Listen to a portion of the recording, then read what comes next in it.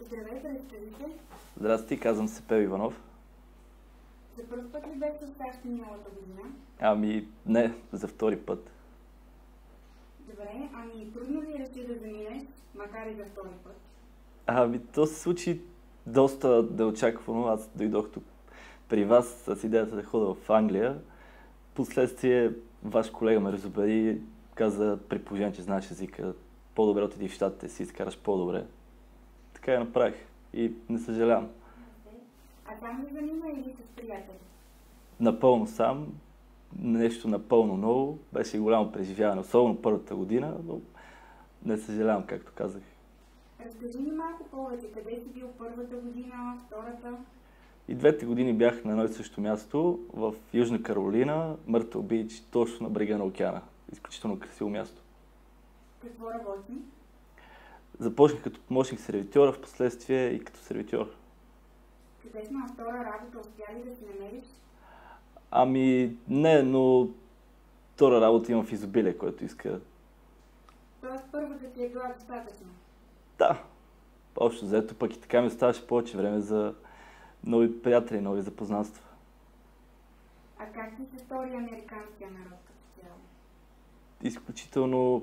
Изключително добър народ.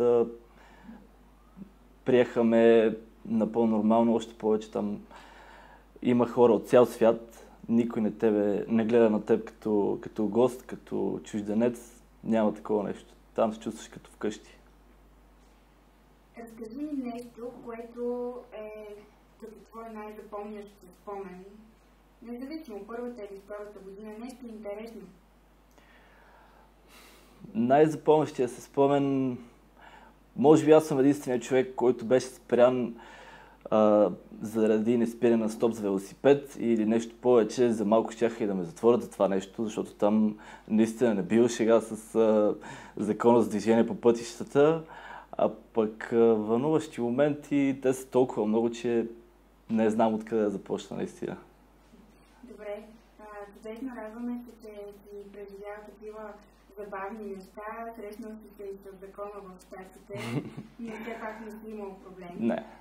А успя ли да попътуваш накрая? По принцип бригадите Work and Travel, накрая хората пътуват.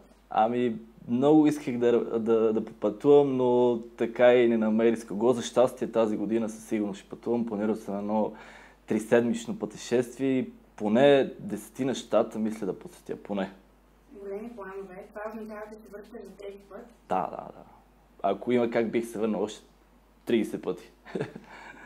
Добре, а за финал, какво ви казвам като съвет, твой личен, за всички онези останали студенти, които сега ще те гледат, да им препоръчаш нещо, да им дадеш съвет?